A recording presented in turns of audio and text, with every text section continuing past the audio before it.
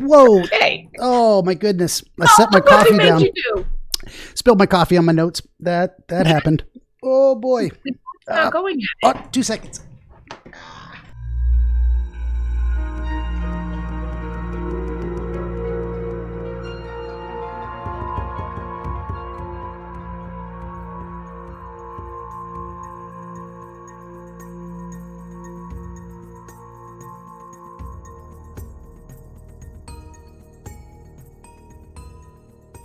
Greetings, friends. Welcome back to another episode of Dreamscapes. Today we are, again, privileged to have another content creator, a duo this time, mother and daughter team, Leah and Sandy, left to right there.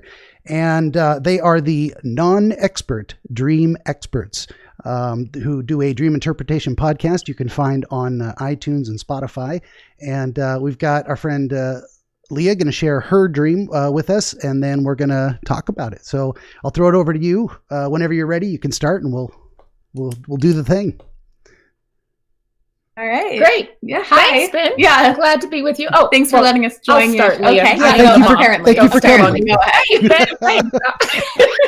This is going to be very energetic. Yeah, for sure. And Leah, what do you want to introduce yourself now? Yeah, I'm Leah, the daughter. Leah's going to share the dream, as Ben mentioned, and you want to take it away, Leah, or anything you have to say before we get into it? No, I think that's all. Okay. Give us the date and let Ben do his thing. Okay, so I had this dream back in May. So that was around the time that I graduated college. As I mentioned to Leah before, most of us use numbers. The fifth month. Oh, no, you use numbers. And yes, the fifth month is how you really said that 2020, which is May. Yes. May 2020. The dates are always important to us. Go on. So basically, this dream starts out where I'm in this weird looking house somewhere, and there's a competition going on, or kind of like a giant game of tag. And so basically you just want to be the last one in the game or the last one standing. And to get other people out of the game, you have to take a little pasta shell with red sauce on it and put it against someone's forehead. And for some reason that signifies that they're just out of the game, like they lost. And is this pasta you can eat afterwards or during the game, or it's strictly to tag the person out? If you get hungry, like if you need to refuel, it's possible. Okay. Yeah. Okay, Leah. We'll do the interpretations, by the way. You just answer with a yes or no. Okay. Sounds good. Go on. So basically when that happens, the person is out. And I was doing very well in this game. I got my younger sister and a few other people out of the game. So it was only me and like maybe 3 other people left. And 2 out of the 3 were brother and sister. And they had basically just hidden the whole game so that basically no one could get them out, which was very annoying. But I was kind of tired of playing at this point, and all my friends were out, so it wasn't really fun anymore. But basically, I was on the second level of this house. And the second level is kind of open, like it's like an open balcony, which is still part of the game. The second level is still part of the game. So it's the weird house. Mm-hmm. You're on the second level, a terrace maybe, or just it's like there's no like middle part of the second floor. It's like very open. Okay, which is kind of strange. Okay. Also on the second level, there's a short slide or laundry chute type of thing, so it doesn't go down all the way to the first floor. But since it's a laundry chute, it like leads to the first floor, which is kind of strange. But why is it strange? Because it doesn't take you all the way to the first floor, or there's a laundry chute in the middle of this game? Yeah, like if you just both things are strange. How the house is set up and that there's a laundry chute right there. Okay, but it's sort of designed like a kid's game, or like a like an outside slide, and you know how some of them have the slide looks like a closed chute. Yeah, it could be like that, which is still a game. Right. Yeah, but it doesn't lead all the way down to the bottom floor. But it's not taking you there. Correct. Yes. Okay. So I'm still feeling the game vibe, the kid vibe. Yeah. Of the chute. Go on. But basically, you weren't supposed to go down this chute, or it would like really hurt unless you were super careful, because you have to like plan to not be on the floor by the time you're off the chute, if that makes sense. No, but go on. Okay. So I started inching down this laundry chute because I knew that the siblings were still underneath, and they didn't know that I was above them on this chute. But then the security guy, for some reason, there's a random security guy who's watching us play tag, I guess. He was, for some reason, on their side. And so this big guy comes over to me and he's inching down the slide. So I start inching back up so that, you know, he doesn't get me. And I just like don't really care if I lose the game anymore. But like, I don't want to lose this way with the security guy like grabbing me and, you know, getting me out of the game. So I like start inching back up, and the guard grabs my foot as I'm trying to escape, and he starts pulling me off the slide, the chute thing, which again is kind of far from the ground. So I had a moment of panic, knowing that if I like go down this, if he pulls me off all the way, it's going to be really bad and I'm going to hurt myself. But you know, he doesn't stop. He keeps pulling my foot. And eventually I just see my body leave the slide, and then I'm jolted awake with this horrible feeling.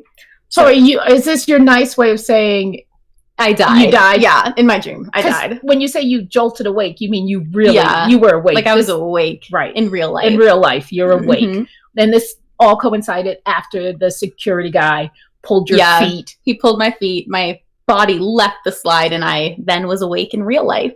Okay. Did the security guard try to do anything? Did you hear a scream? Did you hear a noise? Did you hear yourself scream or yell yourself awake? Or? No, I didn't scream. Okay. But like a second later, after I had woken up, I like closed my eyes again and I went back to sleep.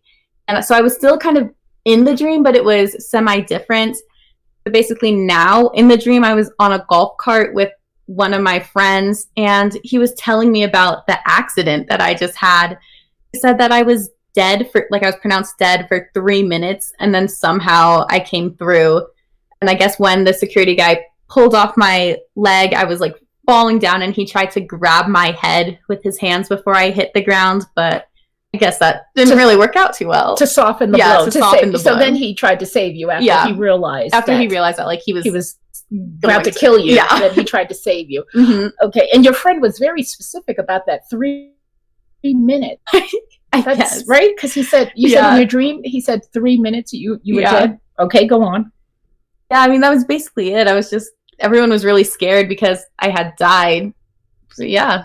Okay, and that's how it ended. Basically, there was like a weird part after that where we were in a witch's house. Who's we? You, my sisters, and I. But that has nothing to do with the rest of the dream. But it was still part of that second half of the dream, it was still part of the second half, but it was just weird. We were in a witch's house? Yeah, like collecting our stuff. How do we know? Or how do you know it was a witch's house? You just know things. How do you know this? Was there a black hat on top? Did she say boo-hoo? Or what do witches say? I don't even know what they say. I don't know. I'm a witch. Why would they say that? I don't know. You said it's a witch's house. Why would you say it's a witch's house? What indicates that? It probably looked like a witch's house. If you were to search witch's house on Google. Oh, there's no such thing. Okay, that's so made up. So we're in this witch's house, and what happens in her house? Just like take our stuff back. I don't know. For some reason, we have a lot of our stuff there, and we're just like, are you calling our home a witch's house? What? Well, if the shoe fits. I don't know. I think it's a pretty comfortable home we've made for you all. Ben, what do you think? Oh, this is a lot of great material. And you'd already started to do some of what I do, which is stop during the descriptions and say, what does that mean? How did that look? What exactly happened? So I tend to do it after the first full description, and then I get into what I call deep dive, the second phase, which is we go through the whole thing again, beginning to end, and we get a lot more specific if possible. So this is where the cats start laying on papers. We'll see. Oh, and I did it twice. I just have to. I don't know if people care about this, but I tore the papers very nicely. Oh, no missing pieces. It satisfies my OCD. I'm a little legitimately autistic, so. I won't share my papers then. Something happened with They're not that neat. Something happened with my camera. It got a little bit dark, but we're just going to have to live with it. Because I held up those white papers. It did it tried to balance. It sure did. Wonder if there's a way to, hey, maybe I'll try and hold up my book. I wrote a book. Here it is. Yeah. There we go. I don't know, people can't read that anyway. This is actually my first book, and then the second one's out. What's the title of that? Oh, this, yeah, I should be better at self-promotion. I'm just not. This one is called The Court of Curiosity, and it was originally published back in 1669. So I made a new version of it. Spent a lot of time getting the page references changed for the appendices in the back and different stuff. Wow, wonderful. Wow, very proud of that. I got actually just a little teaser for folks. I've got at least 6 more books on tap that I'm going to work on getting out by the end of the year, but we'll see. That's what I do. I talk to people about their dreams and edit historical dream literature. So I love that. Yeah, That sounds awesome. great. The Court of Curiosity. Well, the mom and daughter, they're very curious. Tell us, what do you have for us? there you go. with that in Yeah, mind? yeah. And the books are not exactly flying off the shelves yet, so we'll see. We'll see what happens. Oh, here he comes. Here's this guy. This is Cece. I'm going to need at least one of these. Okay, son. Hi. Well, that's funny that the book's not flying off the shelf because Leah mentioned a witch's house. Maybe there's something in that house, Leah, that could help them. Yeah, fly a off magic the shelf, potion, or- maybe. Yeah. Be nice. Hopefully this entire episode casts a spell and puts Yeah. it out there in the universe that please buy my book. I don't want to work a real job anymore. Okay, so we go back to the very beginning and you say you're in a weird house. And when you describe it as being weird, are you saying it's because of this odd architecture where there's that big open floor? Yes, it doesn't feel weird or anything. Like it's just a house we're playing in, but it just looks weird because, the open floor, which seems just like a strange design to me, but yeah. Which most homes are like that. Yeah. Yeah. And then sometimes I get too specific about this kind of stuff, but if you describe a little bit like looking around, what did you see from where you entered the dream? Where were you standing in the house and what was around you? It was very open, the house. So I think at first I was on the first floor. So I could see like from where I started, I could see like kind of like the balcony above me and then just like a huge open floor. Maybe like a few things are somewhat on the first floor, but there's not too much stuff there. Here's another one. Sorry, this one's baby. I got too many cats. Oh, so cute. So you were in, say, the living room and you could see the second floor balcony from where you were at? Yes. Okay. And how, what am I trying to say? I need to read my notes. And you just had this sense almost immediately that you were in a game of tag? You just kind of knew that? I just knew it. This one. Oh my goodness. The cat has something to say. Yeah. Yeah. She's gonna hit me. You will pay attention to me or I will hit you in the face with your own microphone. Okay. Game of tag. So did you see any other participants or you just knew they were there? I had seen some of them. I don't know if I'd seen all of them, but I definitely remember people like running around. So when you entered the dream, the game was in progress? Yes. Like you didn't hear out, there was no starting gun or declaration, let the games begin. No, we just, when I entered the dream, we were like playing already. No, release the Kraken. Right? No Kraken release. Okay, because that would have been a fun game if maybe. Yeah, but no. you never know. Okay. That is maybe something interesting. So what I do is, as I go along, is I put little carrots next to stuff that might be interesting. The idea that there was no beginning to the game. You're in it. So I don't know if that means anything. Mm-hmm. Come on, baby girl, come here. Oh yeah. Come here. Mm-hmm. Hi, you got to go away. I'm gonna become expert at multitasking, petting cats and reading notes. And that's fine. And she likes that. She does. And how did you become aware of the pasta shell? I mean, were you carrying around a bowl? Were they in your pocket in a bag, or how did that come about? I actually don't remember that. I feel like I must have been carrying them around. Like I feel like we probably did have like a little bag or bowl because it's not like I had to run somewhere each time to get a new pasta shell. I think I just had them on me somewhere. And you had the experience kind of in that chronological timeline of participating in the game, running to different areas and tagging people on the forehead? Yeah. Do you remember? Yeah. We might not need to go one by one for each individual person, but kind of just at the very beginning, like who's the first person you tagged and where did you get them? In a hallway, in a study? I don't think it was in a hallway because we mostly just stayed, or maybe the house was just like basically these 1.5 rooms, I guess, if you want to call the balcony a half room. So were there doors, open doors, closed doors? No, I think there was only like the front door, but aside from that, it was just like one big room or area. Okay. So, yeah. And these people were able to hide in one big room. Was it full of a lot of obstacles, furniture, good places to hide?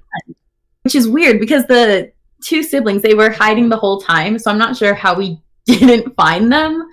But, yeah, because there wasn't like a ton of stuff. There was some stuff around. Not like a lot. Maybe that's why everyone else got out so fast, because there was really nowhere to hide. Yeah. And the one only hiding place was that chute. Yeah. And they were the first ones to get there. And you didn't have to reload your spoon with pasta and pasta. I thought we had spoons. You take it and you stick it with your fingers. Okay. And that is interesting too. Did it stick to their forehead or did you just touch it? Yeah. Which one? No, it sticks. Stuck. That's my dream. Okay. And it was definitely... So it was sort of like... Sorry. Yeah, I'm like a mark. Like a mark of the beast. Yeah, marked. You're marked now. And it was specifically a red sauce pasta? Yes. Yeah, I do specifically remember it being like a red kind of chunky sauce. Pasta sauce. But that has nothing to do with my cooking, right, Leah? Make sure you put that disclaimer out there. It would have been good. I love like meat sauce. Well, but of course it had something to do with my cooking. Now, if we took it from that angle, she's sharing it with everyone. She loves it. You're right. That's true. Okay. Yeah. All right. Chalk one up for me. I'm a great cook. There you go. Very nice. So just to be nitpicky about it, do you actually have any clear memories of tagging people out in this space, or you just had, again, that sense that you knew you did it and the field was winnowed down? I think I just knew I did it. I feel like I remember looking at my younger sister though, like after I'd gone her out, and we were just kind of laughing. Like I think it was all kind of fun when we did get people out. I don't necessarily remember sticking it on anyone's head, but just like laughing when they got out. Right. And when was it in the process from kind of beginning to tagging your younger sister out? Was that almost immediately? Like you knew a bunch of people had already been tagged out and then you found her? Yeah, I feel like that was it. I feel like she wasn't like the first person that I got out, but I feel like I got a few people out and then I was like, well, it's getting down to it. So I got to like tag you now. Yeah. Mm-hmm. So it was kind of reluctantly you tagged her out? Yeah. Yeah. Okay. Because it was pasta, though, I still see that as I still see it being a fun game, and light and funny. It is kind of silly, yeah. Yeah, that's good. Not serious Hunger Game. Yeah, it wasn't a game. You weren't attacking people with knives and killing them to remove them from the game. That's also probably a significant factor. Not that would mean you necessarily wish to harm anyone, but that's a different kind of imagery, for sure. Yeah. This one, sticking pasta to people's heads just sounds silly, so it definitely speaks to the fun of the game. Yeah. So do you have a clear image or knowing in your mind of where you were when you tagged your sister? Where were you in the room? Was she hiding behind a couch, or you were chasing her in a circle around the room, or how did that actually happen? I think it was more so chasing her. I was chasing her, and then we ended up kind of like in the spot that I was again in when the dream first started. Like I still had like a big view, I guess, or whatever, of most of the house, and like we had just been running around, and I got her. She wasn't hiding or anything. Okay, and her reaction was probably because we had been together, laughing. She was just laughing with me. She was having a good time. She's you got me. Yeah, exactly. Did you have a sense of where people went after they got tagged out? Did they visibly leave through a door, hallway? I'm not sure, but what I had written down is I think that once the person might not just get out of the game, but maybe they die. But I'm not sure because we all were laughing about it and having fun. So I feel like if they had died, it would have been more serious and stuff. But I'm not really sure what happened. you did have some impression that made you kind of write down that maybe they died, that was kind of the result of losing the game. Yeah. Okay.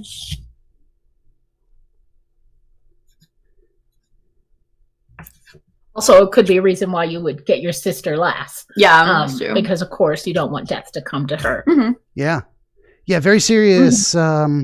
I mean, death itself, very serious, but also a sense of finality. It's, death has a lot of metaphorical, it's change, or the end of something, the beginning of something new. But to then have your family member who possibly also understood the stakes of the game to still be laughing and like, oh, I'm going to die, but it's not serious. So there's something there too. Yeah. Where are we at here? And it was almost immediately after you tagged your sister out that you became aware that there were still 2 or 3 people left. And like immediately after. Okay. And then that specifically it was a brother and sister team and you had to find them. Okay. Yes. So was it like a game board that tells you, so now I'm going back to Hunger Games. Was it a game board that showed you like 2 more people are left that you immediately knew? Did the chute shake or something? Did you hear a noise? They're probably just like, there weren't that many people to begin with, maybe like 10 or 15 or something, I'm assuming. So like, I just kind of was able to keep track of who was in the game and like what was happening. Sort of like a card game. If you're a card shark, you can count the cards and numbers, know who you're playing with. You might need to go to Vegas. Are you trying to say that you're a card shark? No, but I've heard that. You can keep counting cards. If you can count cards, we need to talk off air. Yeah. I'm just saying. I'm just pulling everything out, Ben. I don't know what my kids can do. I just put it all on the table. Theoretically, in Minecraft, yes. So this is very interesting too, is that sometimes there's visual impressions and you see something so you know it because it's present, and then there's other things that are it's a feeling, it's something you just know. You don't know how you know it, it's just a statement of fact. The dream is telling you, okay, and this is a thing, now move on. So those are because this is all imaginary, seeing something and knowing something are equivalent. There's like no there's no distinction between them. It's all the dream experience. So, but I do like to clarify, did you see something? Was it something specific, or is it something you just knew, you felt, you sensed? So, this idea of being able to just understand innately, or without reference to a physical object, that you can know how many people are remaining. That's interesting, possibly significant. We'll see. So where is that then? You also had the impression, or just the knowing that the reason they were still there is because they were hiding. Yes. Okay. Yeah, I think because like we hadn't seen them during the game at all, so we just like knew that they were hiding. Okay. You guys didn't care enough to really go search them out because you were all still having fun. Yeah, I think so. Because like we were annoyed that they were hiding, obviously, because like that's not fun. Like you should be playing freely, I guess, like the rest of us. But yeah, we were like just having fun, so we weren't gonna like go off and I don't know, yell at them or like specifically try to find them. Okay. But now that you became aware that they were a remaining obstacle to winning the game, that's when you did go in search for them? Yes, because then I'm like, let's just get this over with now. Like everyone fun is out of the game, so it's not like fun anymore. So I'm like, if I want to end this, then we gotta find them. And that's why you were saying at this point you were kind of tired of playing, and it was annoying. And they're like, they're not even doing this right. They're maybe poor sports in a way. Yeah, exactly. Right. And that's when you then experienced going up to the second floor. You figured that must be where they're hiding because they couldn't find them on the bottom floor. Or I just like knew that going upstairs would be the best option for me to see them, at least get a better vantage point. Oh, go high. Yes. I've seen that in TV shows. Yeah. Always go higher than the target. Very useful information. It is. I think I think that is too. Yes. You were going to say, Leah? When are you ever going to be in that sort of situation, though, I in don't real know. life? I don't know. Maybe I'll go on the roof of the house. I don't know. What purpose? To spy on the neighbors. Maybe So they have a creepy. garden. So creepy. I don't know. It just No, I'm not going to throw it out. That just brought to mind, it's over, Anakin. I've got the high ground. Ben gets it. You don't know. Fair, I guess. So did you have an experience of walking up a set of stairs or just kind of scene change? You're looking over the balcony. Not just scene change.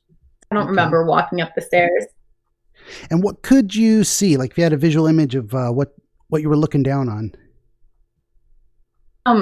So basically I could see, like I'm standing behind where the chute starts, so I can see the chute like kind of stick out into the first floor. I could see the first floor. From where I am, I don't see as like a lot of things, just because I think that everything basically on the first floor, like if there were to be things there, it would be like behind the balcony. Does that make sense? Like underneath it, like if Okay. I'm trying to describe it. And you're not doing a great job. Acting is not.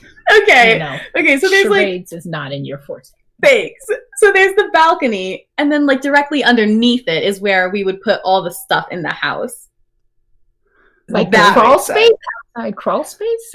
No, like here. Okay. Ben, are you understanding it and it's just me? A little bit. I'm not seeing a visual image of it, but what I'm getting from it is that for some reason, even from this vantage point, the layout or the view you were maybe hoping to get of the first floor is obscured. You're not seeing as much of it as you'd like to from this place you went for that specific reason. There's something in there. He's on it. He gets Okay. it. Okay, Ben has played this video game before. Okay, I have it. Okay. Yeah. And how are you with pasta? I guess he's played this. I love it, but the red sauce gets me. Yeah, I go for the white sauce. I like that. What's it? The Alfredo, huh? The Alfredo Alfredo does not get you out of the game. Oh yeah, for sure. My stomach's much happier with me with the white sauce. What am I doing? No here? vantage point. Yeah, No, so not so really. you couldn't actually see what you kind of went there to see. So there was a bit of a not a tactical failure there, but it didn't pan out. And that's when you noticed you were standing in front of this chute. And I wanted to get a better idea of it. Was the chute an opening in a wall, or was it an open slide like in a children's park? Yeah. It's more like an open slide, just like a short little open slide.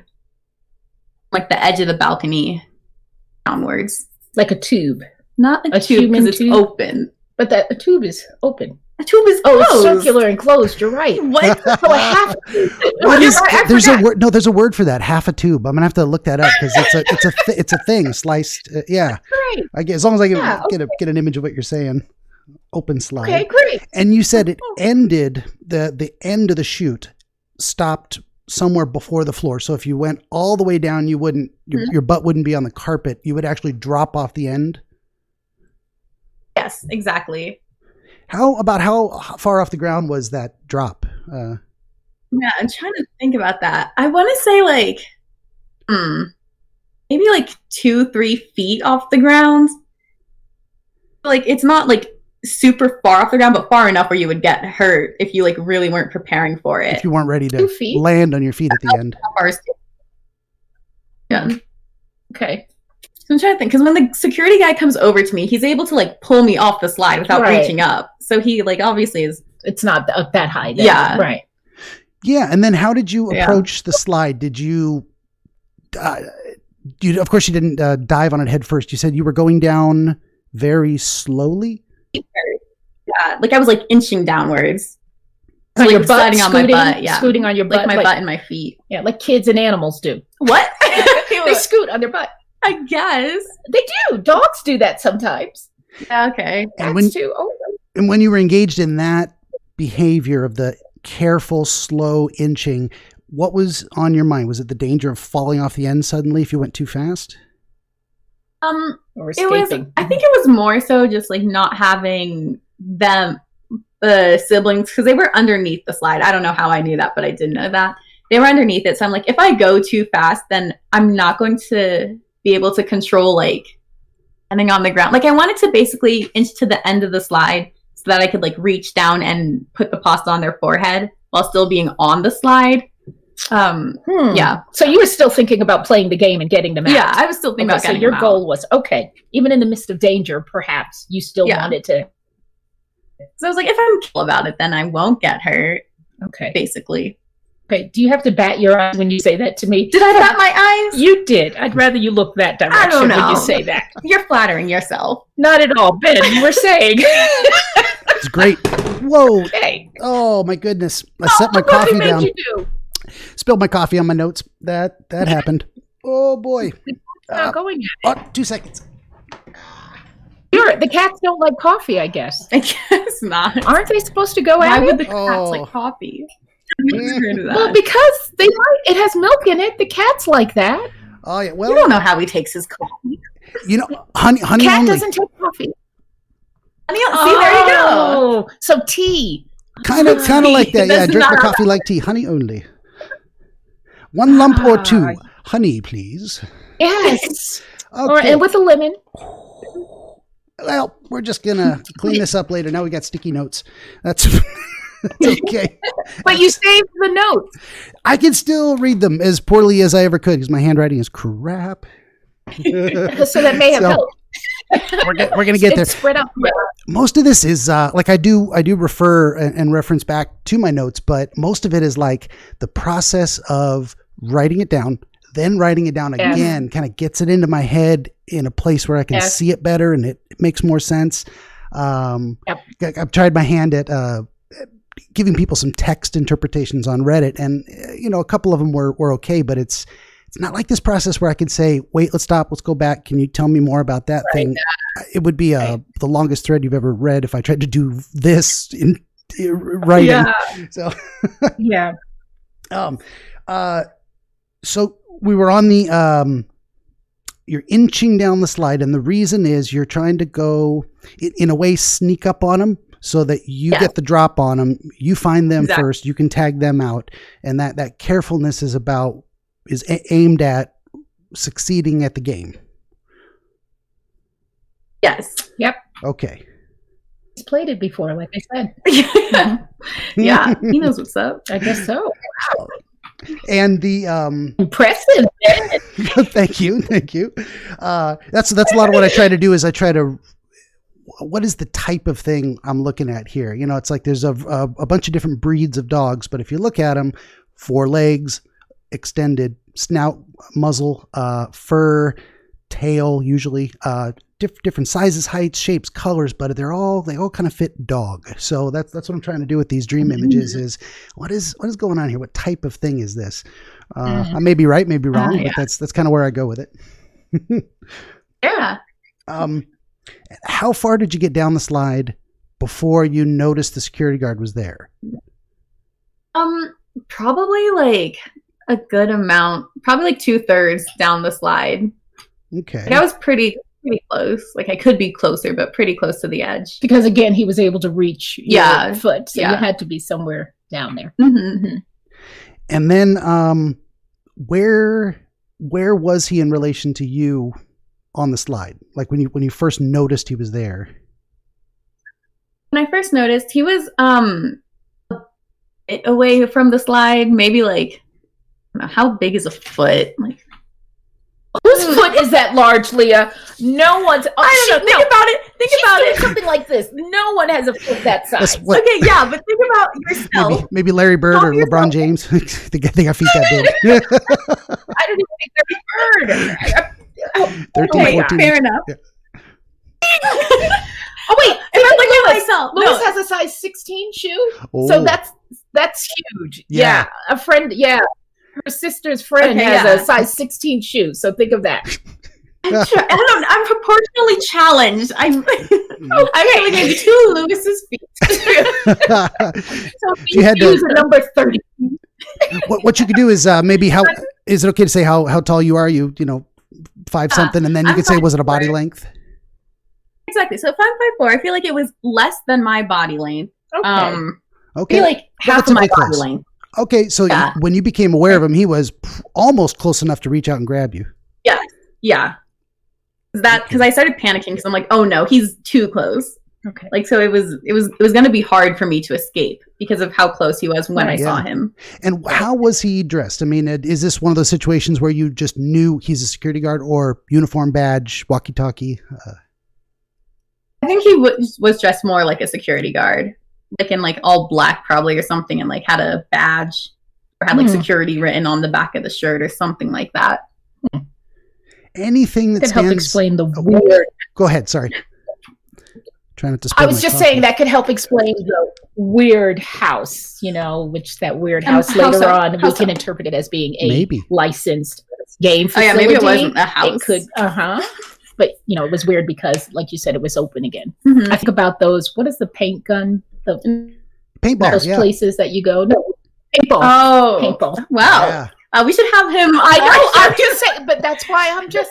I am an interpreter. And I'm not an expert, so there you go. Very nice, and we get there together. This is fantastic. I love it. So one thing I was going to ask you was about, did anything stand out to you about this person? Any feature that you specifically noticed about them? Anything. Could be nothing. I never thought he was big. I mean, I don't know. I think that was kind of it. He was just like a big guy. Like a big papa? Yeah. Okay. And, well, was he black? Was he white? Was he Hispanic? He was white. Yeah. I don't know if that matters, but yeah, he was like this big white guy. We're allowed to say that. So he was a big guy. He was a big white guy. Okay. Sure. And when you say big, you're saying more muscular than, say, belly? Yeah, I think probably more muscular, like tall and muscular. Okay. Yeah. Good. And like so, Hulk like Hulk Hogan, you said? Yeah. So I think I stepped on you. Yeah. Yeah. That's what I was getting towards, is kind of what. And so I do also a lot of rattling doorknobs. Like if I ask, what did he look like? And you're like, I don't know, security guy, black uniform. If that's all you got, and then it may not be a door that wants to come open because there's nothing inside. But if I key in on something and you say, now that you mention it, also this, then maybe there's something there. So, but I rattle a lot of doors that don't come open. it's part of the process. Yeah. Yep. And then your immediate response was, oh no, he's gonna, I don't want to put words in your mouth. Did he have shells? How was he gonna tag you out? How was he gonna defeat you in this game? He wasn't going to tag me out, but he was going to bring me down off the slide, and like I wouldn't have the control necessary because he would probably like hold me long enough for the other like siblings to come up and like tag me out. Because he was working with the siblings. Yeah. Did you mention that? He was working with the siblings. He was working with the siblings. Yeah, I remember that you had that sense that was what he was there to do, was to help the other people, but in a way that made you lose. Mm-hmm. So yeah. That is interesting. To put a little carrot there. And so you started scrambling frantically back up the slide, or inching the same way you went down? Inching the same way, because if I were to go up too fast, I could like slip and then fall off the slide and hurt myself. So I knew that like I still had to be careful. So I was inching back up. And that was just not fast enough. He was too close, and he was able to grab, do you remember which leg? Left or right? Ooh, I think it was my right leg. I'm not completely sure, but I feel like it was my right leg. That just happened to be the one closest to him because he was on that side of the slide. Yeah. And that's rattling another doorknob there. He didn't reach over to the opposite leg. So it makes more sense that it was just the closest one. Now, if it was the other one, he's picking that one on purpose because it was further away. So that's where my brain goes with this stuff. And again, that may mean nothing. That's why I produce these alternative episodes where I just cut out all this deep dive, because sometimes people don't want to hear me ask a bunch of irrelevant questions. They just want to tell me the dream, tell me what it means. It's funny. But there is a point and a purpose behind that. You're right. Yeah, it's true. Could be. Yeah, I just kind of trust my instincts and roll with it. This is the chaos part. I don't know what's going to happen. And then he, how would you describe him pulling you? Was it a jerk with all his strength, or was it, he's just like, slowly, come on, come down? I don't think it was all his strength, but it was definitely excessive. Like, he did not need to pull me that hard. Because you actually described it as you kind of went flying like you went into the air as a result of the pull. Yeah. And there's not a lot to pull you off. I mean, we're talking 90 pounds. I don't, I mean, come on. I wouldn't have taken. Did you get a sense of his emotional state as he was doing it? Like victorious, regretful, blank? I think it was more so like victorious and kind of like, haha, like you're going to lose, maybe a little bit angry. I don't know. Yeah, a lot of things. None of them nice. Mm-hmm. Okay. It changes in a few minutes. And then how I'm like not awake. Oh. Mm-hmm. Go ahead. I'm sorry. Go on. Oh, I was just going to say. Wasn't There's a delay. You first. Okay. My mom said that it changes his demeanor, and I'm like, yes, but I like wasn't aware of it. Like I only found out that his demeanor changed once I like found out that I had died. Right. Okay, so there's a kind of return to that guy and his kind of the what is it? The results, the consequences, him reacting to the consequences of what he did. Mm-hmm. Okay, right. Gotcha. Yeah. Right. And before he pulled you off the slide, did you have a sense of what he was thinking or feeling, or that's the general aura he put off as he was engaged? It all happened too quick.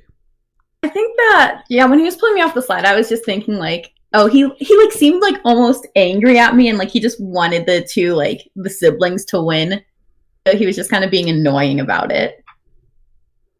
So he wanted it to end also then, the security guard. He wanted to put an end to it, or I mean, I guess, but not necessarily. He just wanted them to win. Okay. That was more of his specific motivation. Yeah. Okay. Alrighty. Yeah. Gotcha. How did you come off the slide? Off the bottom or off the side? I came off the bottom. Like he had kind of pulled my leg fully off and up through. So he pulled you so I came through the end of the slide. So my impression of it, he's standing kind of off to the side and he yanks you down, or does he yank you toward him? I think he's standing kind of like on the side of it, like on the right side of it. So then when he pulls my like right leg off and up, I just go straight through the slide. Yes. Does that make sense? You actually had kind of a sensation of dropping through the slide, like it became immaterial, or? I think a little bit, because I remember like seeing my body fly off the slide. So I think I like can just like see my legs and like or my stomach or whatever going up and like in the air. Then like when he pulls me, like he's pulling my leg up, so then my head obviously is going straight like to the ground if he were to let go. So he kind of yanked you up into the air where you were upside down, and that's maybe how you fell. Mm-hmm. Fell head first. Yeah. And then that kind of makes sense for the next part of the dream where we're like, you died. Yeah.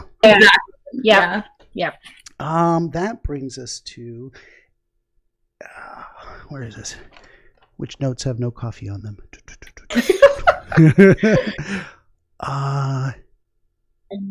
And it was as you, I was going to say, as your body was in midair, you had that falling sensation that jerked you awake in your sleep. Yeah. That was way too dramatic. I just kicked my stool. So you're awake. At this point, you're awake in real life. Yeah, no, I'm awake in real life. Sitting up in bed, or you're still? No, I was still laying down. Your eyes are open. Yeah. You know that you're awake. My heart had a little jump to it. Okay. And how long was it you were awake before you went back to sleep? Did you just kind of roll over and go right back? Did you go to the bathroom, get a good glass of water? No, I think I went right back to sleep.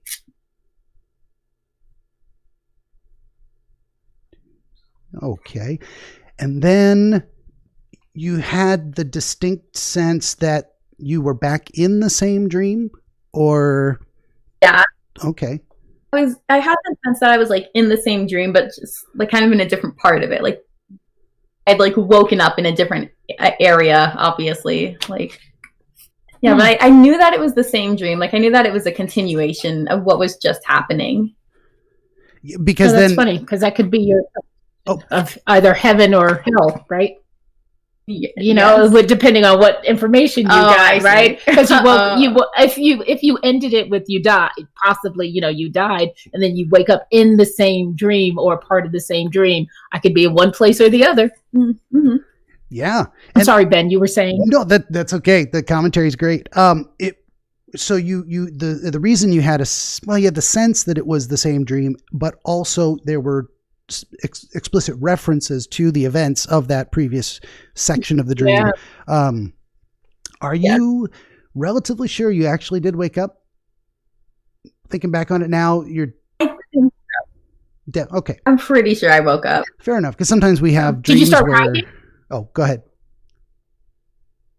No, I was just wondering if you woke up and started writing, because you've done that before with your dreams, right? You wake up in the middle of a dream and you start taking notes. I probably wouldn't start writing immediately afterwards. So I didn't start writing in between. I do remember waking up. Okay. It was a very, very brief amount of time. And yeah, sometimes people have the experience of waking up in their dream, but not waking up. And then later they look back out and they're like, yeah, I remember dreaming that I woke up, but I was still in the dream. So you did have that distinct impression that it kind of stopped.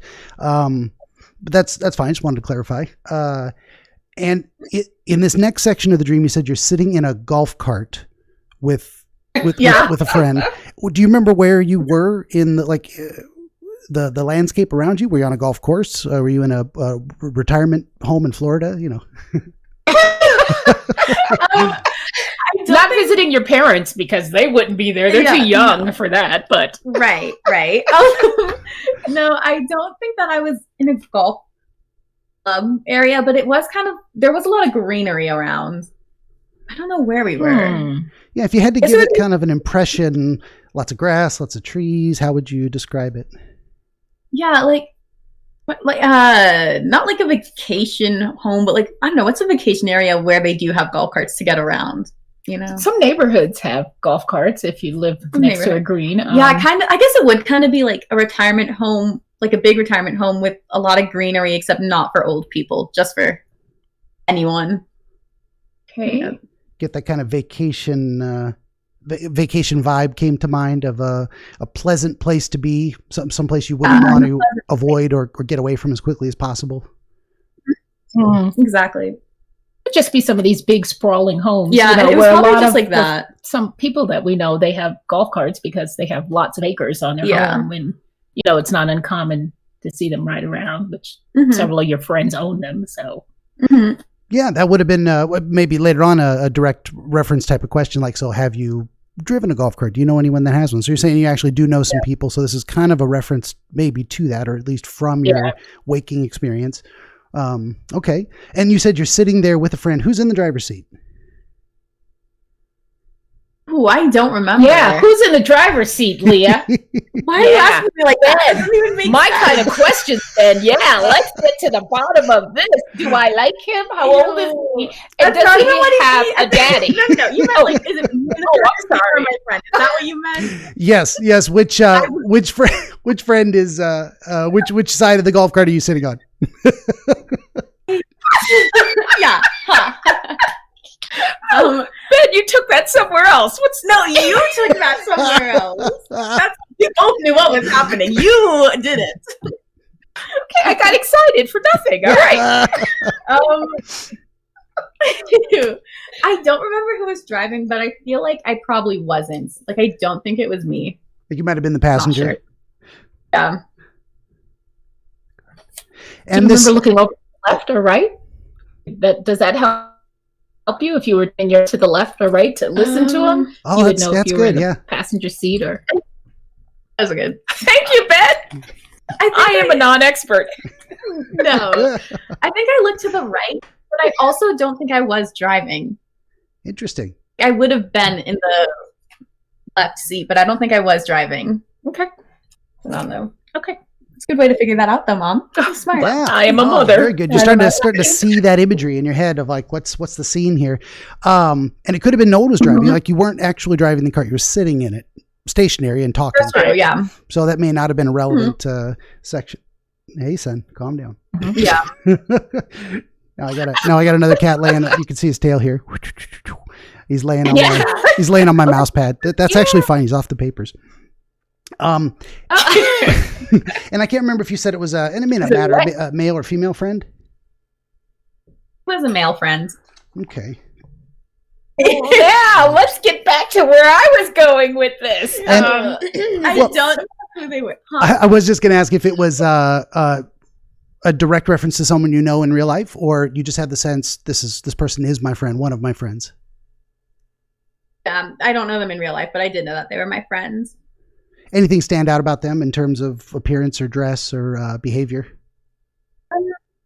I did write down that he was a black guy, so kind of like the exact opposite. He was Of like the kind of the security exact guy. opposite of the security guy, actually. Yeah. Was he Okay. skinny? I think he was kind of small, like not Okay. necessarily big.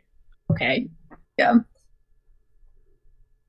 So you see your Yeah. friend as a thin black guy and your enemy as a bigger white guy. That's Possibly. Oh, nice. Possibly. That's one way to go with it.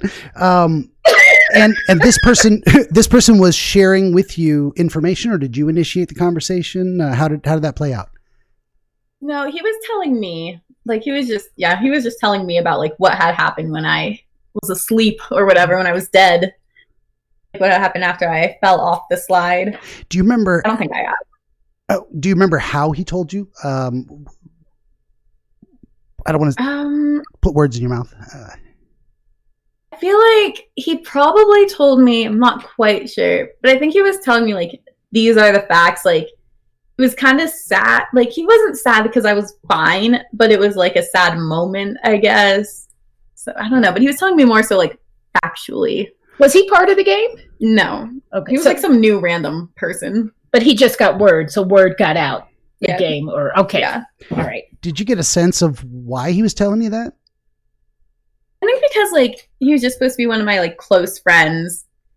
I guess it would make more sense if my family told me, but I don't know. Yeah. It's just like supposed to be like a best friend or something. Sure. And there's an interesting situation going on here where this person is, it's almost apropos of nothing. The first thing he says to you is, so you were dead for like 3 minutes. Bam, just out of nowhere. It's like, you need to know this. This is where we're starting. It wasn't, hi, how you doing? Or, hey, that was a great, whatever we just did, movie or ice cream cone. It's bam, straight to the facts. Mhm. And you said there was it wasn't sadness in his voice, but there was something like the opposite of the gloating. He wasn't telling you to hurt your feelings. He was telling you something this is going to be hard to hear type of thing. Right. Yeah, exactly. Right. So someone who basically cares about you and what doesn't want to hurt your feelings and is Right. doing this for good motivations. Okay. Do you remember any of the friend? Yeah. Yeah, a real friend. Do you remember any specific words he used? A phrase here or there? I mean, you did say the 3 minutes. That was something that was very specific. Yeah. Yeah. Aside from that, I don't think so. I do remember 3 minutes. Do you remember, now looking back on it, would you estimate that was probably the amount of time you were awake before you fell back asleep? I was trying to think about that. I'm not sure. It could have been though. Like That's the kind of thing that comes across because my it mind. was- How do you know? Yeah. Yeah. Yeah. I feel like it could have been. It was just a short amount of time when I woke up, and like probably could have been like however long it took me to fall back to sleep. Hey, no fighting. No fighting. Oh. There we go. Oh. We're not going to see a cat fight. It's not going to happen. They just kind of Oh. play little dominance games with each other. Cece's sleeping over here, and Prince comes over and says, "My table." Prince. Oh yeah, that's him over there. Talk to Prince. Yeah. Oh. He is the cat who ate my 8th episode. That's why I call it Oh. episode 8. Was there 8. coffee? Was there coffee on that episode also? There was not. He just lay. Well, this is why I put my keyboard way up there, and I'm paranoid about checking is it still recording, because I had about an hour and a half conversation with this guy. It was great, really good in connections, and it gone forever. That's okay. Why did he eat it? What was on it that he ate it? Catnips were on it? Well, he ate it by He ate it by stepping on the keyboard and killing the recording at the very beginning, and it just never I record. see. Whole Gotcha. conversation never recorded. Now I'm like, time, good. We're still recording. Good. Yep. I see. Man. Yep. So what was the? Must have been hard to make up that. Oh yeah, It I must have just been hard to play both characters. Right? That would have been interesting. It's like put on a costume. Yeah. Now I just did a little recording saying this shit ate my homework and I got nothing. So thanks for listening. Oh, that's Oh yeah. And was that the sum total of that experience, or because you said you referenced, or the guard got brought up again, and was it this friend who was telling you how he reacted to the situation? How did he kind of describe that? Yeah. He was telling me that basically the security guy tried to hold my head when I was falling, like in a way, like cradle. I guess kind of cradle or just like catch my head. He's just like telling me to like, I think let me know that the security guard like didn't mean to kill you. Like he like thought like there was immediate regret basically. Okay. Like he knew he messed up, the security guard. So he started at the bottom, your feet, and ended at the top. Yeah. With your head. Okay. Oh, that is interesting too. Yeah. Yeah. Yeah. And was I'm that? Whatever.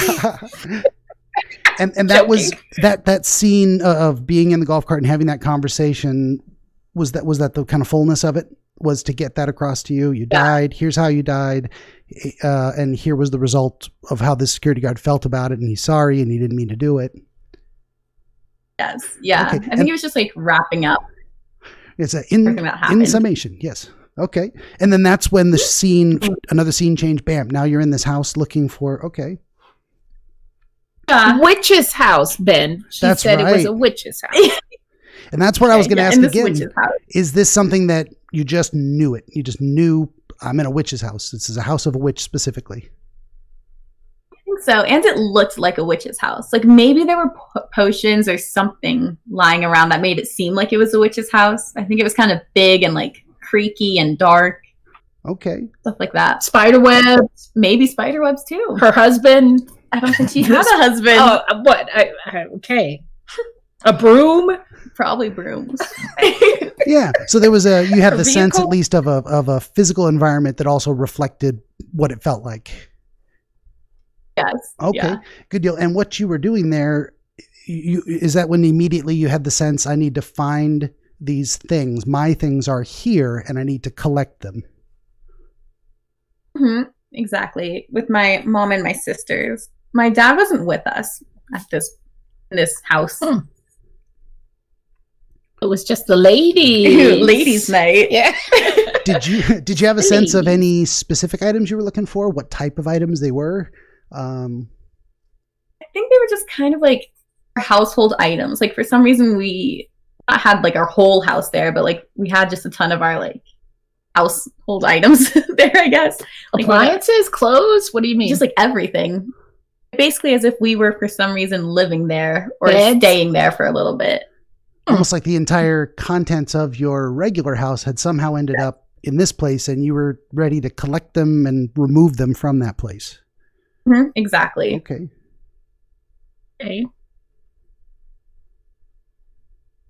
Okay. Do you remember where you looked or where did you guys move as a group? Did everyone scatter to go find their own things? No, we moved as a group. We were always together. Did you ever feel a sense of threat? Like, oh no, the witch is going to come back and find us? Yes. I do remember being scared of the witch. I think there was impending doom.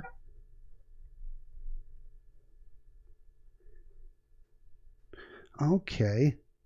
And that was not your mother. Just a witch. Well, Yeah. No, you were there with her. You were definitely not the witch. True. That's true. Yeah. True. And then Was it that hard for you to say no? and then how do you remember that portion of the dream ending? Did you get your things and leave? Or you were just in the process of collecting them when you woke up? Yeah, we were in the process of collecting them. I think we were almost close to exiting, but we didn't during the dream. You just popped up? I don't know why you think I wake up like a maniac. I don't know how it happens. I just opened my eyes. The wind, like she was blowing a spell on you. Which She allowed you to levitates wake out of the up, bed like or- Ghostbusters. Yeah, Yeah, what? Someone here he goes. at your foot. Hi, son. Yes, a security guard woke you up, pulled you out of bed. I don't know. I don't know what's going on. Okay, well, I think, that's so that deep dive always takes the longest. It goes deep and very specific. This is where I would usually ask people, getting into the third phase, what does it all mean? I would usually ask people for their impressions, new insights that might have occurred to them as we were going back through it. That gets a little complicated because you guys have already talked about it and you have maybe your own understandings. I don't know, Leah, if you can kind of separate out what you might have heard from someone else from what your impressions were, and that might direct us to the most important places to start. Yeah. So when I first read the dream and had the dream and everything, I just thought that it was really weird. I wasn't sure what to make of it. I thought that there were two parts that probably stood out the most, I guess. One would obviously be when I died, because I just knew that I died. I didn't feel any pain. Yeah. But I had died. And then the second thing, I think, or something else that really stood out to me was that the security guy was white, and then all of a sudden I'm safe and with this black guy, this black boy, my friend. I don't know what that means, but I did that's something that drew my attention. For sure. Yeah. And did you make any of your own connections at that time of what that might relate to in your real life, or? No, actually, I did not make any connections. But afterwards, but you did make the one connection with the death, right? That you told me. Oh yeah. Which I thought was with the death pretty on. So basically, well, no, because I had looked up online what it means die in a dream. And I had seen that it could mean just a potential ending to something in your life. And I had this dream in May, which is around the time that I graduated college. So I thought that this was probably to signify the ending to college. For sure. Yeah. And there is that's somewhere that I was going with it as well. Because, generally what are we dreaming about? It's what's going on in our life, what's stressing us out, what we're hopeful for.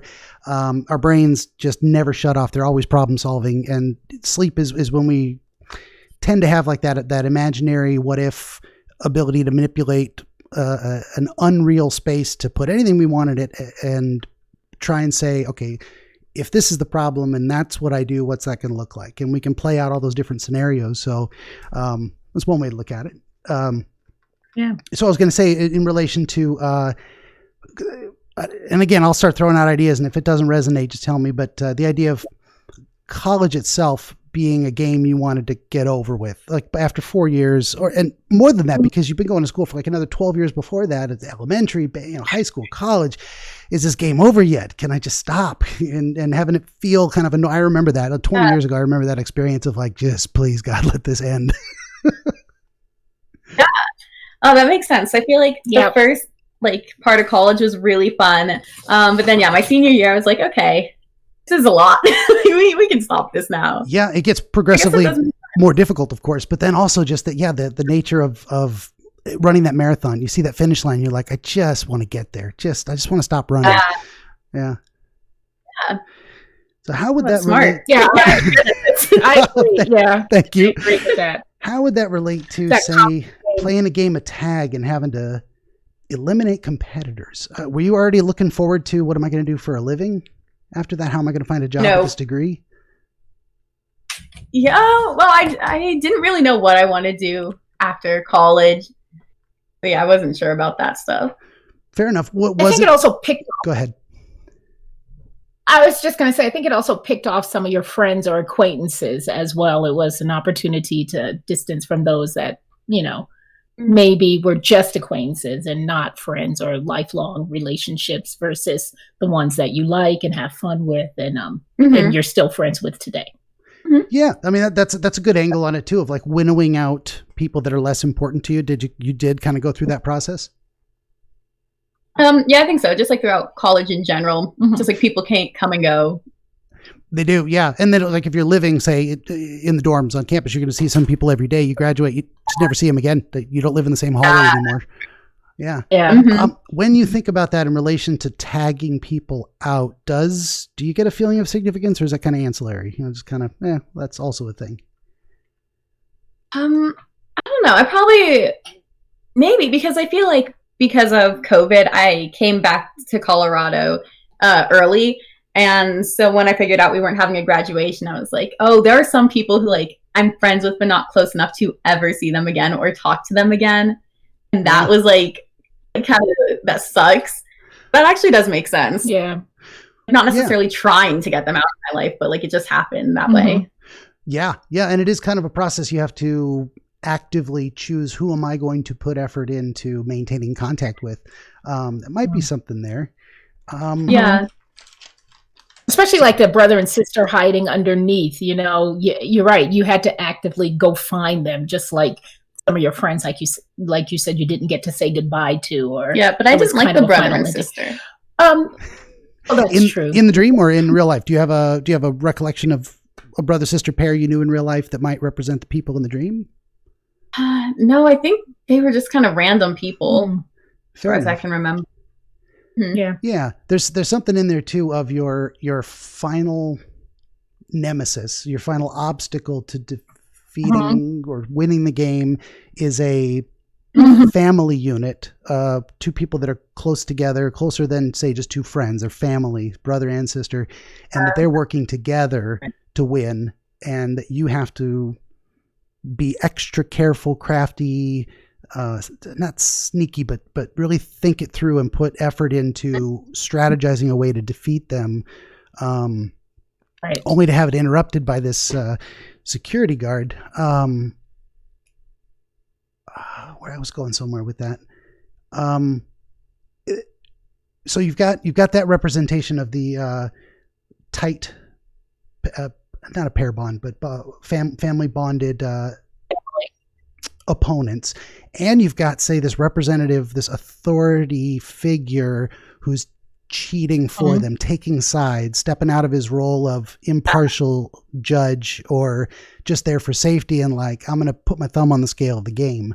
When you think of it that way, those kind of two things happening together, does anything come to mind?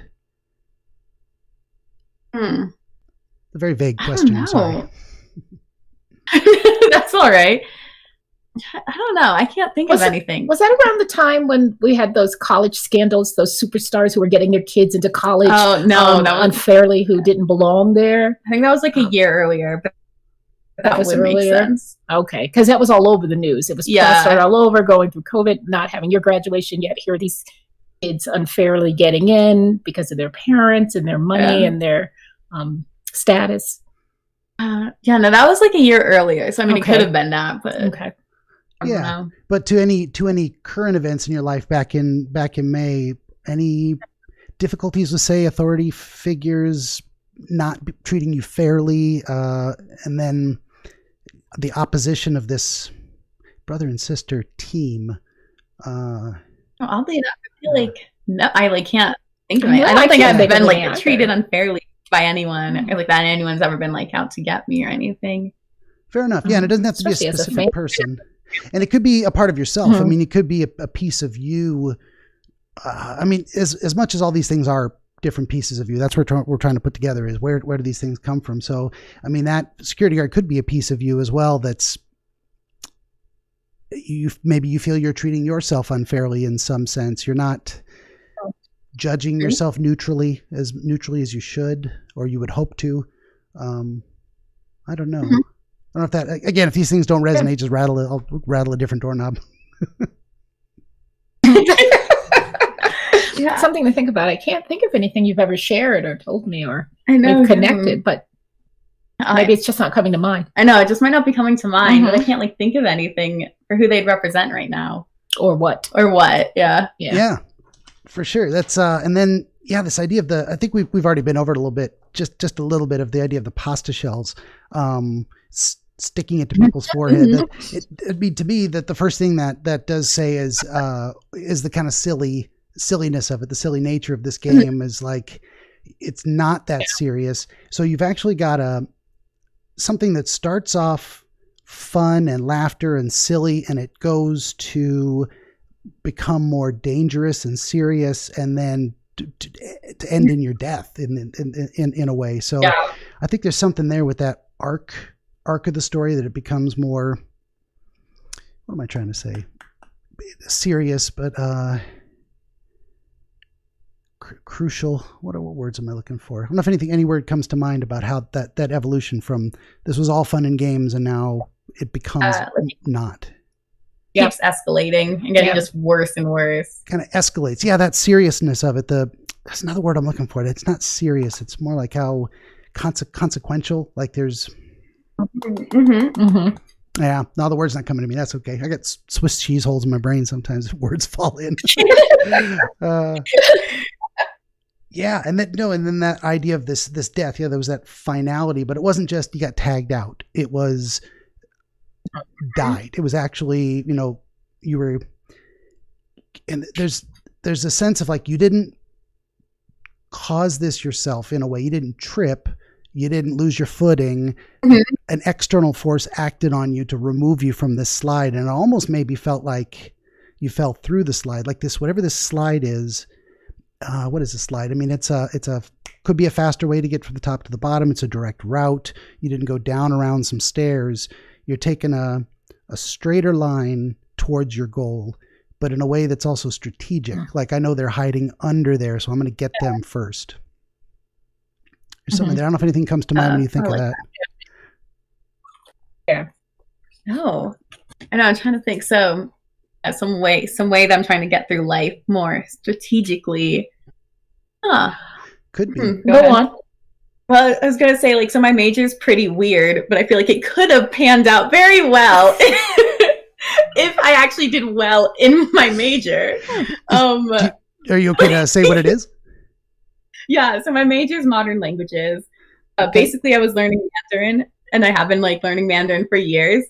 So if I were able to, like, learn Mandarin fluently, then I could, like, get a job, like, translating things. Okay. And that would have been, like, a really good life path. And strategic. But since I didn't learn Mandarin fully, we pay for college, right? I just want to make sure that. Okay. All right. Okay. I just threw that in there. Yeah. Doesn't matter. Doesn't matter, baby. We love you. I'm sure you'll make. My parents were worried for a while about how I was going to get by with my education, even psychology. It's just the jobs aren't as easy to come by sometimes. So I think it'll work out for you. Oh, thank you. But we hope so, Dad. Yes. But back at that time, you hadn't gone through graduation yet, or you hadn't received the diploma. No, so I think it was in probably May. Yeah. It was either like later that week or next week that I was probably graduating, which didn't take place. Yeah. Which, yeah. So the still we were kind of waiting. The ceremony didn't take place, but you got the diploma and everything was good on that end. Maybe, yeah. So sometimes what's going on in our head is looking forward to future circumstances, future fears or anticipations. So there could have been something in your mind looking forward to we'd say the game, you wanted it to be over if it's related to college, and the idea that this graduation was coming, beyond which is, that's very much a kind of death. The end of this experience, this episode is over and you're moving on to the next one. So it's the death of a certain way of living, a lifestyle you had going for a while. Yeah. And I had that kind of in my notes in wanting to end the game. Are we going to graduate? What's going on with COVID being here, getting in our way? Let's end this game.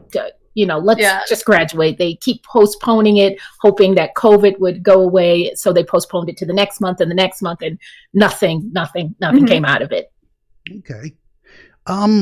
When you think of not learning your primary subject as well as you had wanted to, does it feel like external forces played a big factor in preventing that from being successful?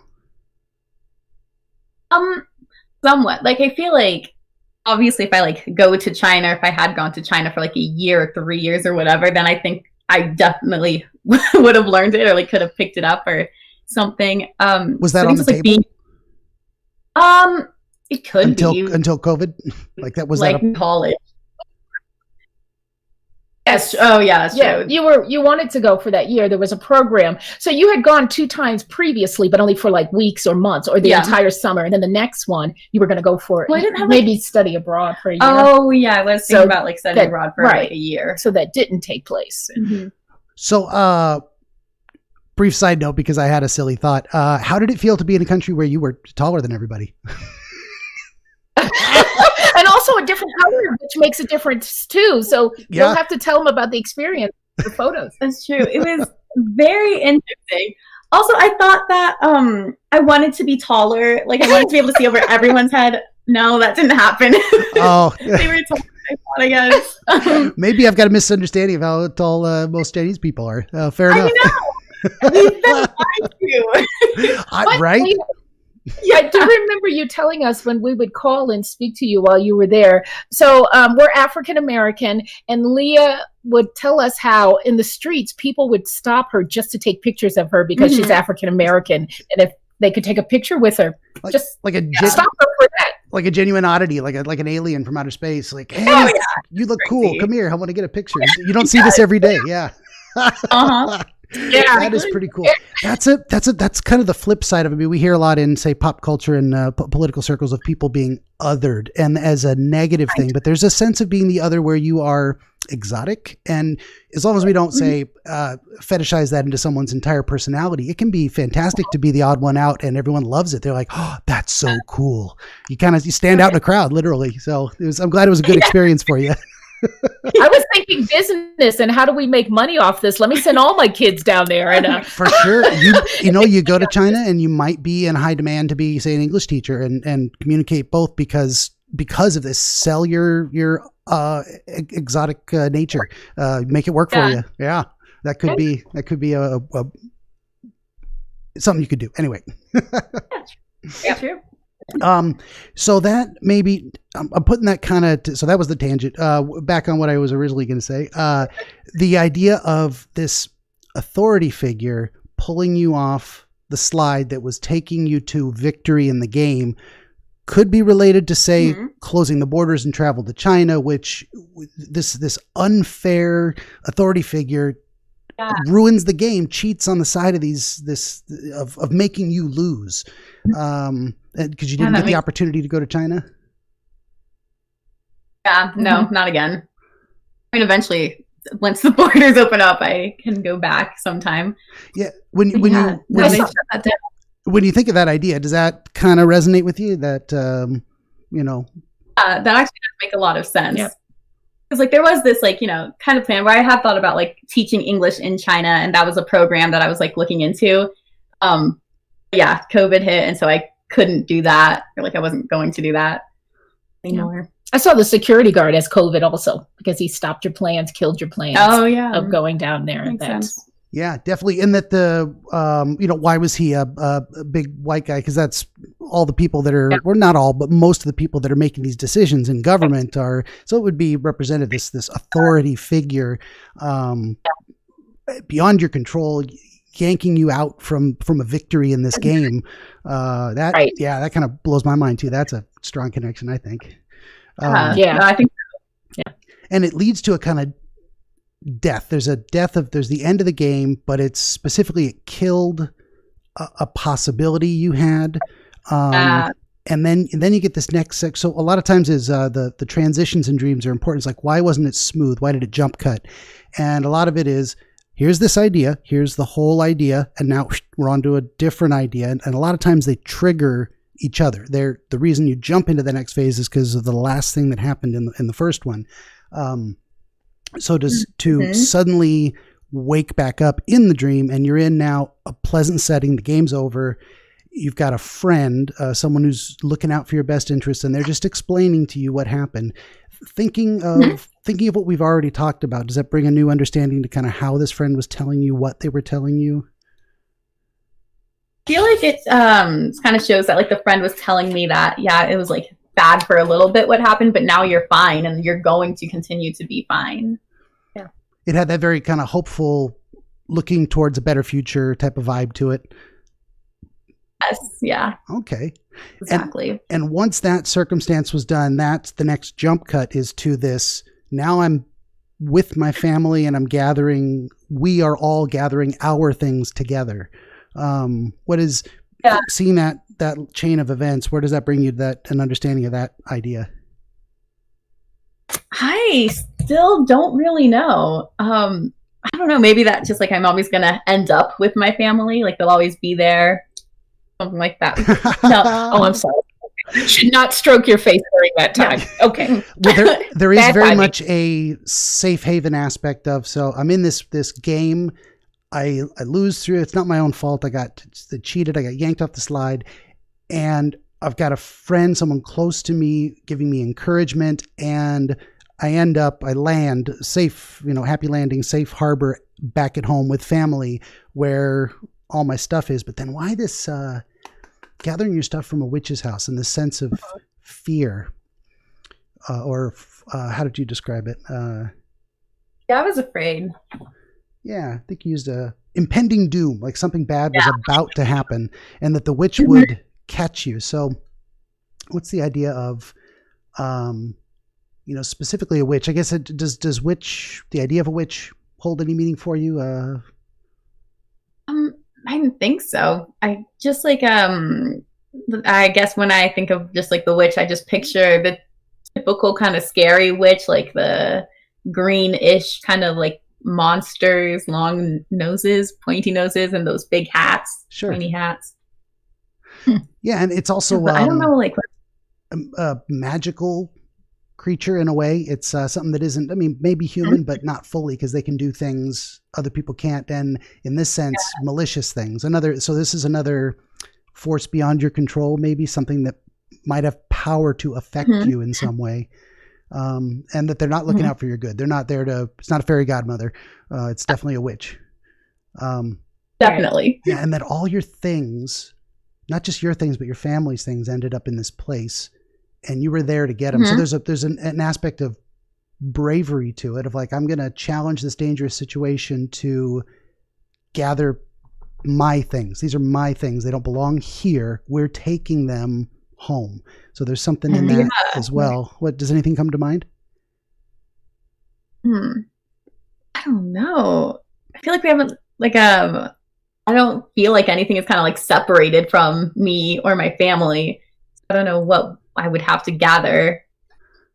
Other than your belongings, when, that abrupt move out of California, they're closing down the state, COVID. Once again, we got to get you out of there, which we had to fly down in a short amount of time because they were closing the university, and flights were going to be canceled forever. So we had to get you home. So again, I just bring it back to that COVID as being the witch, the whole thing that was going on, closing the state of California, get her out of there. And, your sister and I guess that's true. All my came stuff, down to get all your stuff. Yeah, all my stuff was still back in California at this point. And your family went with you to go get it? Yeah. Okay. That's pretty direct. Yeah. Oh, wow. Yeah, that makes a lot of sense. Very nice. Very nice. You have a great mom, because where was that? No, he wasn't flying. COVID was going on. Wait, so he didn't go with you physically in real life to go get this, and there you have this representation in the dream. It's your mom and your sisters, and they're helping you move. That's almost like a direct correlation. Yeah, for sure. Oh yeah. He was like, "Oh no, I'm not getting anything. You guys take one for the team." Very nice. Well, and so there's interesting that you jumping back a little bit, you had this sense that losing the game meant death, and also you actually did die in losing the game. So that could also relate to the COVID situation of like, it's kind of a deadly game. We're trying to live our life under this threatening circumstance. And if you lose the game of life, that's a death sentence. That's how you lose, It was right in the middle of it. Yeah. Yeah. It also could be Sorry, go ahead.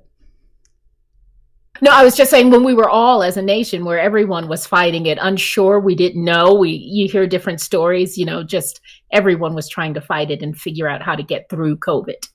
Yeah. So that is, and often these things are multi-layered too. So it can be the very serious life-threatening situation of in a medical sense. It can also be the death of ending your college experience, but it can also be a death of, say, your future dreams because it didn't pan out as well or as fully as you want to. But then also there's a lot of little deaths in there of struggles to succeed at, say, homework assignments.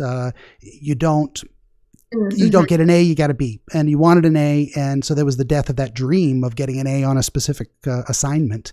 So it could be lots of, right. Death is just kind of everywhere as much as life is. So. Yeah. That makes sense. Yeah. Certain internships, certain jobs, not being able to take them or do them again because of what was going on. Mm-hmm. So yeah, you're right. A lot of little deaths. And in some sense, the people that you defeat in this game, if we think of it as the game of getting through college, the people you outperform, their potential decreases by a little bit because you surpass them. So there's also kind of killing their future aspirations by just being better. There's a little aspect tagging them out. That could be something. Yeah. lots of ways to look at it. Yeah, I think that was great. Yeah.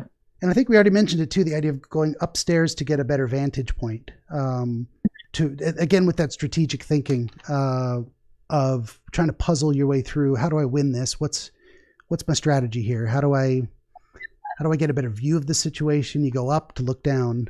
I don't know if anything else comes to mind in that thinking of the balcony in that way. I don't know. It just on top of it, I think it also just felt a bit safer up there because mainly I was I was downstairs when we were all like running around and when most of the action was happening. So I think upstairs felt a bit safer too, along with the vantage point. Right. Do you have, if it's okay to say, in your real life, you live on the second floor in a 2-story house? Is yeah, my bedroom. That's where your bedroom is. So maybe there's a sense of residual feeling of security coming from being on the second floor where your bedroom is, a little more familiarity. That was something that came to mind too. Yeah, I agree with that. Yeah. Mm-hmm. You were always on the top. Your apartment in California was a top floor apartment also with a balcony, and that's your safety zone. Yeah. Yeah. Okay. Yeah, for sure. No, that makes a lot of sense too. You've got multiple, especially if you lived in another place that was also at least a second floor up and it had a balcony and you could look down. And did you ever see anything remarkable from that vantage point? Anything that bad things happening to other people or crimes you reported? I don't know where I'm going with that. No, you guys were in a safe area. Yeah. There was really nothing. Maybe someone walking their dog. Did they poop or scoop? They walked it. Yeah. Good.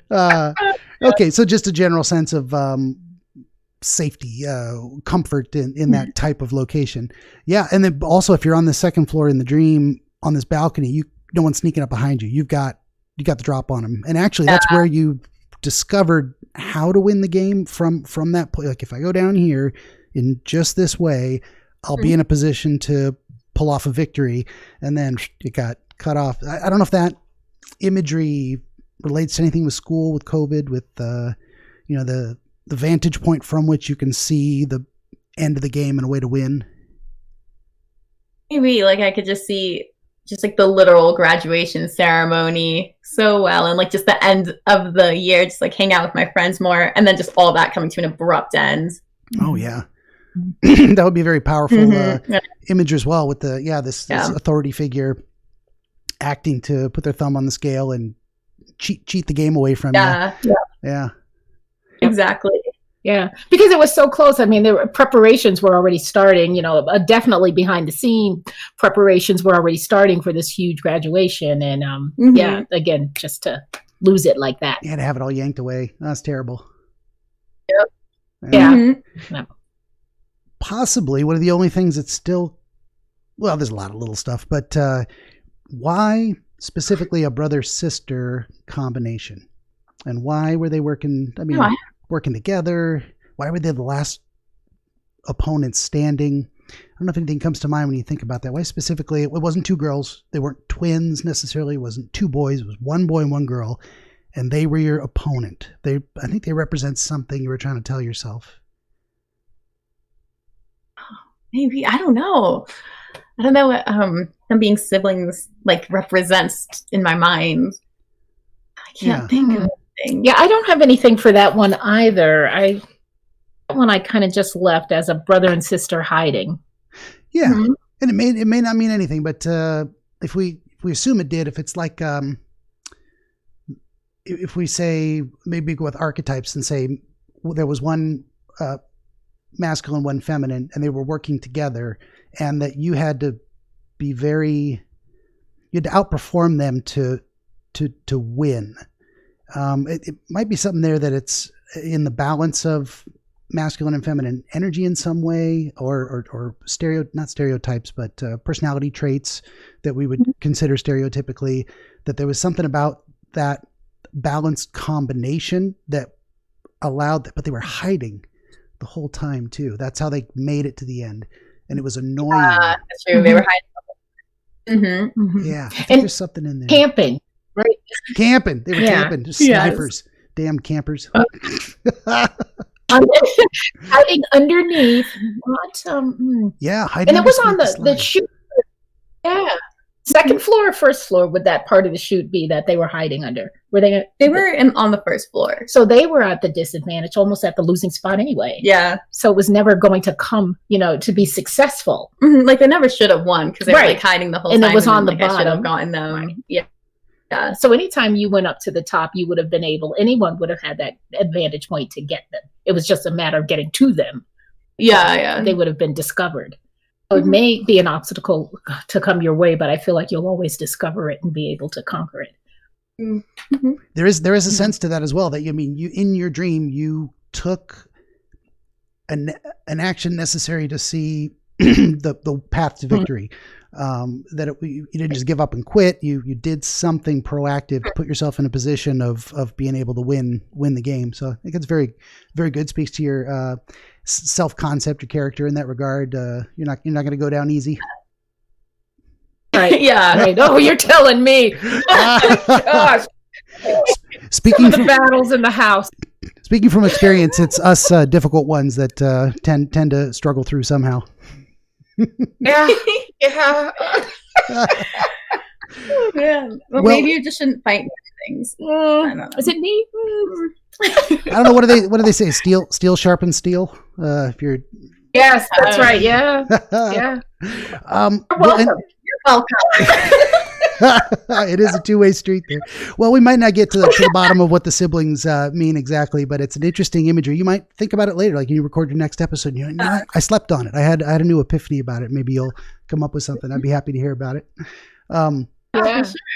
Do any other elements stand out that you want to highlight or revisit, or did we miss something that seemed important? And then we'll get into. We got it all. You tell us about your conversation and what you already yeah, for sure, talked about. Yes, well, I think that we basically got everything. So, okay. Do you want to say any insights you had? No, I think I touched on. I think I touched on everything that I wanted to hear. I thought it was very insightful what Ben shared, and I'm glad to say that I agree with a lot of it, and we came to the same conclusion, it sounds like, with a lot of it. So yeah, before talking to me, you had a conversation about it, and what were your kind of highlights of conclusions you guys came to before talking to me? What did Leah? Well, we definitely came to that the end, that my death in the dream was like the end of college and like school in general, I guess, and just graduation and everything. And COVID, I think, we mentioned the COVID ending also. I don't know. In the dream, did we? Okay, maybe not. Okay, sorry. Other notes, go on. Yeah. Yeah, I think that's basically what you had said. Yeah, I think that is. I think that is what we summed up. We talked about your family, the importance of it again. Yeah. And so the pasta shell was very weird. Right, but I also thought it was silly. Mm-hmm. It was just a silly, fun, like we mentioned, game. So I didn't take it too serious because of that. Let's see. Yeah, I think that's all I had for my notes when we talked about it, and we just elaborated on those few things. Okay. security guard on their side comes close to you. Yeah. And then I feel like I kind of cheat a little bit because you helped me with some of your own insights as we were going along. So it wasn't quite a cold read on my part. And we don't like to call it cheating. Just, what do we call it? Teamwork. Yeah, teamwork. There we go. That's it. Not like a brother-sister type that's camping, but teamwork. For sure. Yeah. Oh, yeah. Well, that's why I have such a hard, as I was saying earlier, doing this in a text form. I need that actual collaboration with someone responding as we go, because they're gonna think I'm gonna mention something. They're gonna think something. I go, oh, wait. Let me tell you about this. Bam. And that, it's those thoughts that people get triggered when they hear something for the first time and a piece falls into place. And then they give that back to me. I'm like, okay, let's put that here. Now, what do we see? Yeah. Yeah, you're right. Yeah. Teamwork, Leah. Teamwork. Yeah. You're welcome. Coming back to the brother and sister, maybe that was it, is that, they were strong and smart in a way because of their teamwork working together. Something about that you had to surpass in order to win. And you were going to win, even with them working together. You had them. So I had them. That's right. I mean, we could say it's you could keep that in mind when you three girls are working together. We don't have any boys, but when two gang up on the one, keep that in mind. So you're saying I'm always going to win? I'll tell them. I'll let them know that you have that winning mentality. So, yeah. Well, if you feel good about it, I think we got to a pretty good place in terms of exploring the imagery and trying to get a grip on what was happening. I don't know if you guys wanted to keep going on anything else for any reason or wrap it up. I think that's it. Do you have anything else? No, I thought that was great. I loved it. Me too. I think it had everything in there that will make it successful. Very cool. No, I really appreciate having you here. I guess I'll do that one more time. We've got coffee. It's so blurry, but I remember it's Leah and Sandy, and they are the non-expert dream experts. You can find their podcast on iTunes and Spotify. They do dream interpretations. Usually Leah has the dream, tells about it, and Sandy helps her try and figure out what it is. I've listened to several of them myself. It's a lot of fun. As much fun as they had here. It's you don't know. So yeah, we had the fun. Yeah, this was fun. And I really appreciate you being here. It's great to talk to you. And I never know how to end these things. So I'll just say, hey, this has been another episode of Dreamscapes. And thank you for joining us. You can look in the description below, definitely, for links to their podcast. I'll find those and put them up. And I wrote a book, and I've got some podcast links of my own. Anyway, you can see the description for all that. And well, thanks for listening. Thanks for having us, Ben. Yeah.